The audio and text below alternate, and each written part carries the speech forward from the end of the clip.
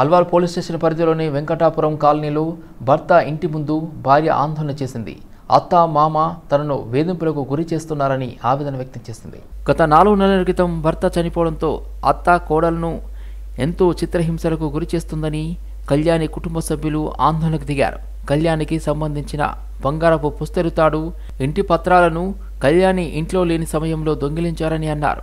తనకు న్యాయం జరిగేంత వరకు పోరాడతానని అత్త ఇంటి ముందు కోడలు ధర్నాకు దిగింది.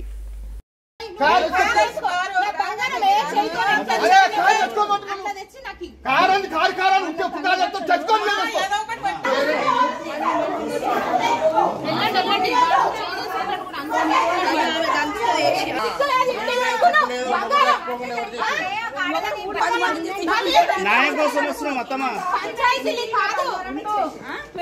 నాటకం ఆడుతున్నావు ఇద్దరు ఎందుకు చేసినావు? 3 లక్షల కట్నం పెట్టినాం. ఎవరైతే పిల్లలు ఇప్పించిందో వాళ్ళు దొరుకుతారా? వాళ్ళు కూడా వస్తారు.